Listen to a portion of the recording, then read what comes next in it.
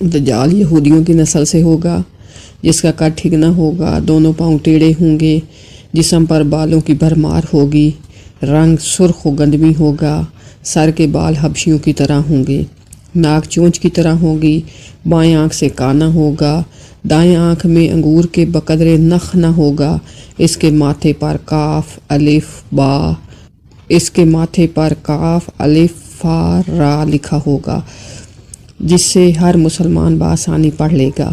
اس کی آنکھ سوئی ہوئی ہوگی مگر دل جاگتا رہے گا۔ شروع میں وہ ایمان و اصلاح کا دعویٰ لے کر اٹھے گا، لیکن جیسے ہی تھوڑے بہت متابعین میسر ہوں گے وہ نبوت اور پھر خدائی کا دعویٰ کرے گا۔ اس کی سواری بھی اتنی ہی بڑی ہوگی کہ اس کے دونوں کانوں کے درمیانی فاصلہ ہی 40 گز کا ہوگا۔ ایک قدم حد نگاہ مسافت کو طے کر لے گا۔ دجال پکا، جھوٹا اور اعلی درجے کا شعبے باز ہوگا۔ اس کے پاس غلوں کے ڈھیر اور پانی کی نہریں ہوں گی۔ زمین میں مدفون تمام خزانے باہر نکال کر شہد کی مکھیوں کی مانند اس کے ساتھ ساتھ ہو لیں گے۔ جو قبیلہ اس کی خدائی پر ایمان لائے گا، دجال اس پر بارش برسائے گا، جس کی وجہ سے کھانے پینے کی چیزیں ابل پڑیں گی، درختوں پر پھل آ جائیں گے۔ کچھ لوگوں سے آ کر کہے گا، اگر میں تمہارے ماں باپوں کو زندہ کر دوں تو تم کیا میری خدائی کا اقرار کرو گے؟ لوگ اس بات میں جواب دیں گے، اب دجال کے شیطان ان لوگوں کے ماں باپوں کی شکل لے کر نمودار ہوں گے۔ نتیجتاً بہت سے افراد ایمان سے ہاتھ دھو بیٹھیں گے۔ اس کی رفتار آندھیوں سے زیادہ تیز اور بالوں کی طرح رواں ہوگی۔ وہ کرشموں اور شعبہ بازوں کو لے کر دنیا کے ہر چپے کو روندے گا۔ تمام دشمنان اسلام اور دنیا بھر کے یہودی امت مسلمہ کے بغض میں اس کی پشت پناہی کر رہے ہوں گے۔ وہ مکہ معظمہ میں گھسنا چاہے گا مگر فرشتوں کی پہرہ داری کی وجہ سے ادھر گھس نہ پائے گا، اس لیے نامراد و ذلیل ہو کر واپس مدینہ منورہ کا رخ کرے گا۔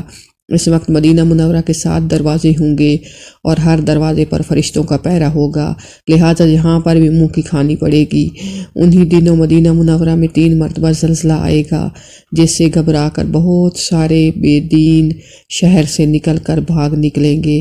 باہر نکلتے ہیں دجال انہیں لقمہ تر کی طرح نگل لے گا۔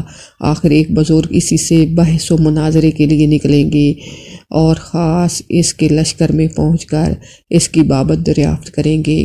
لوگوں کو اس کی باتیں شاق گزریں گی، لہٰذا اس کے قتل کا فیصلہ کریں گے، مگر چند افراد آڑے آ کر یہ کہہ کر روک دیں گے کہ ہمارے خدا دجال کی اجازت کے بغیر اس کو قتل نہیں کیا جا سکتا۔ چنانچہ اس بزرگ کو دجال کے دربار میں حاضر کیا جائے گا۔ چنانچہ پہنچ کر یہ بزرگ چلا اٹھے گا کہ میں نے پہچان لیا کہ یہ تو ہی دجال ملعون ہے، اور رسول اللہ صلی اللہ علیہ وآلہ وسلم نے ہمیں تیرے ہی خروج کی خبر دی تھی۔ دجال اس خبر کو سنتے ہی آپے سے بحر ہو جائے گا اور اس کو قتل کرنے کا فیصلہ کرے گا۔ درباری فوراً اس کے 2 ٹکڑے کر دیں گے۔ دجال اپنے حواریوں سے کہے گا کہ اب اگر میں اس کو دوبارہ زندہ کر دوں تو کیا تم کو میری خدائی کا پختہ یقین ہو جائے گا؟ یہ دجالی گروپ کہے گا کہ ہم تو پہلے ہی سے آپ کو خدا مانتے ہوئے آ رہے ہیں، البتہ اس معجزے سے ہمارے یقین میں اور اضافہ ہو جائے گا۔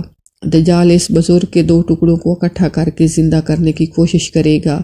ادھر وہ بزرگ بوجہ حکم الہی کھڑے ہو جائیں گے اور کہیں گے اب تو مجھے اور زیادہ یقین آ گیا کہ تو ہی دجال ملعون ہے۔ وہ جھنجھلا کر دوبارہ انہیں ذبح کرنے کی کوشش کرے گا، لیکن اب اسی کی قدرت سلب کر لی جائے گی۔ دجال شرمندہ ہو کر انہیں اپنے جہنم میں جھونک دے گا، لیکن یہ آگ اس کے لیے ٹھنڈی اور گلزار بن جائے گی۔ اس کے بعد وہ شام کا رخ کرے گا، لیکن دشمن دمشق پہنچنے سے ہی حضرت امام مہدی علیہ السلام وہاں آ چکے ہوں گے۔ دجال دنیا میں صرف 40 دن رہے گا، ایک دن 1 سال، دوسرا 1 مہینہ اور تیسرا 1 ہفتے کے برابر ہوگا۔ بقیہ معمول کے مطابق ہوں گے۔ امام مہدی علیہ السلام دمشق پہنچتے ہی زور و شور سے جنگ کی تیاری شروع کر دیں گے، لیکن صورتحال بظاہر دجال کے حق میں ہوگی، کیونکہ وہ اپنے مادی و افرادی طاقت کے بل پر پوری دنیا میں داغ بٹھا چکا ہوگا۔ اس لیے عسکری طاقت کے اعتبار سے تو اس کی شکست بظاہر مشکل ہوگی، مگر اللہ تعالیٰ کی تائید اور نصرت کا سب کو یقین ہوگا۔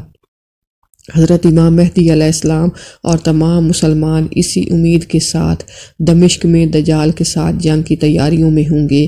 تمام مسلمان نمازوں کی ادائیگی دمشق کی قدیم شہرۂ آفاق مسجد میں جامع اموی میں ادا کرتے ہوں گے۔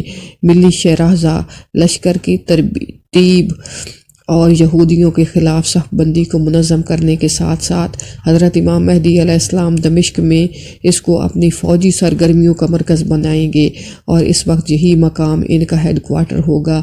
حضرت امام مہدی علیہ السلام ایک دن نماز پڑھانے کے لیے مصلی کی طرف بڑھیں گے تو عین اسی وقت حضرت عیسیٰ علیہ السلام کا نزول ہوگا۔ نماز سے فارغ ہو کر لوگ دجال کے مقابلے کے لیے نکلیں گے۔ دجال حضرت عیسیٰ علیہ السلام کو دیکھ کر ایسا گھلنے لگے گا جیسے نمک پانی میں گھل جاتا ہے۔ پھر حضرت عیسیٰ علیہ السلام آگے بڑھ کر اس کو قتل کر دیں گے، اور حالت یہ ہوگی کہ شجر و حجر آوازیں لگائیں گے، اے روح اللہ، میرے پیچھے یہودی چھپا ہے۔ چنانچہ وہ دجال کے چیلوں میں سے کسی کو بھی نہ چھوڑیں گے۔ پھر وہ صلیب کو توڑیں گے، یعنی صلیب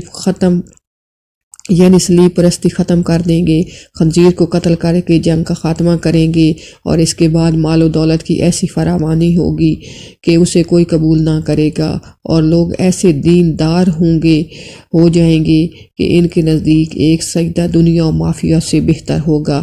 یہ حدیث مسلم، ابن ماجہ، ابو داؤد، ترمذی، طبرانی، حاکم اور احمد نے روایت کی ہے۔